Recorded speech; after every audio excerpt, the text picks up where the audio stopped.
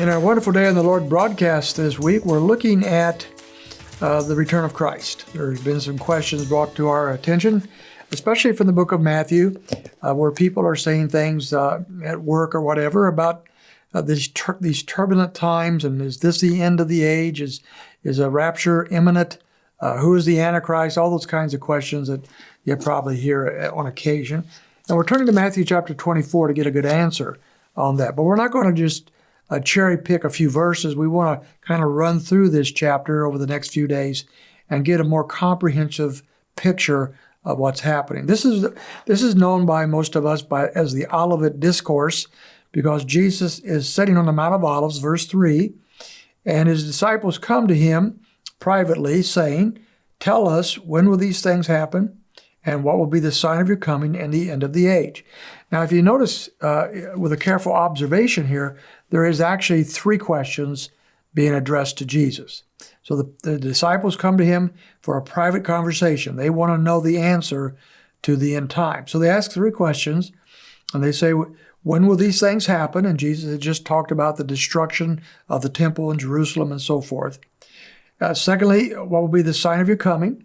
And finally, and of the end of the age. What will be the sign of your coming and of the end of the age?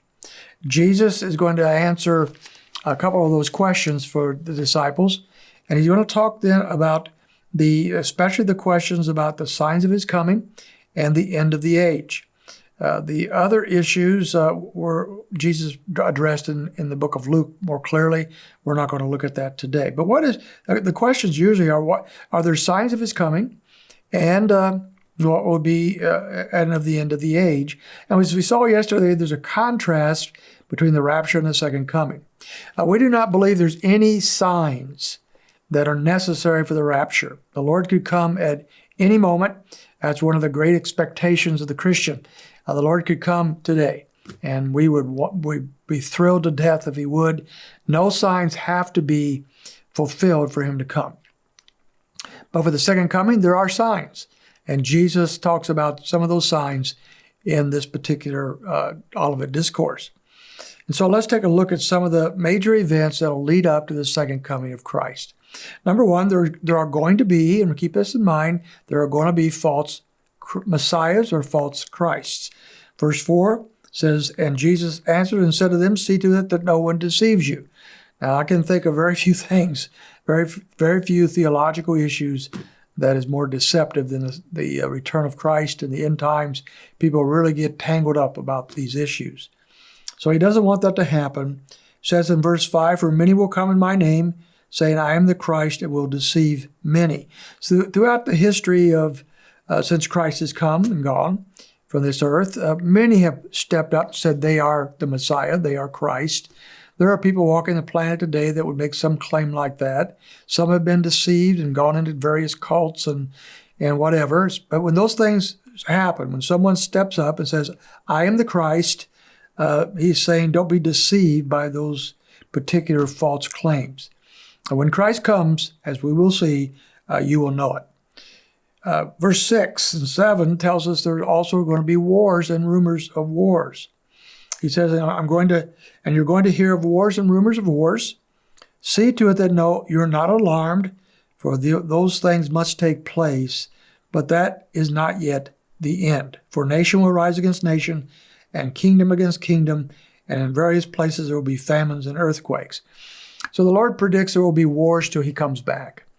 Now, we realize that sometimes we get pretty upset or agitated or concerned about the numerous conflicts all over our planet. And part of the reasons why we're so concerned is because we know so much more than we used to know. With 24/7 newscasts, we know where every major conflict or even minor conflict is around the globe. And those are very disturbing at times. And we're not minimizing the concern that goes with that. But the Lord says, until I come back, there are going to be wars, and there's going to be rumors of wars, and war is never going to go away until I come back. That's something to remember for those who somehow believe that there is going to finally be a peace treaty, finally some kind of a council of some sort, or the nations. Something's going to happen that brings us all together, and war is no more.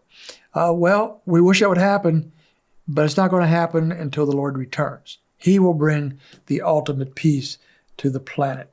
And as I just read in verse 8 and 9, accompanying that will also be wars, will also be death. He said in verse 8, there will be famines and earthquakes, but all these things are merely the beginning of birth pangs. So Jesus is saying, when you see these things happening, this is not necessarily a sign I'm coming back anytime soon. These are the beginning of birth pangs. Don't get excited about things the Lord says will continue to happen until I return. Now, we'll get a little more focused tomorrow, so I hope you can join us for some more study of this.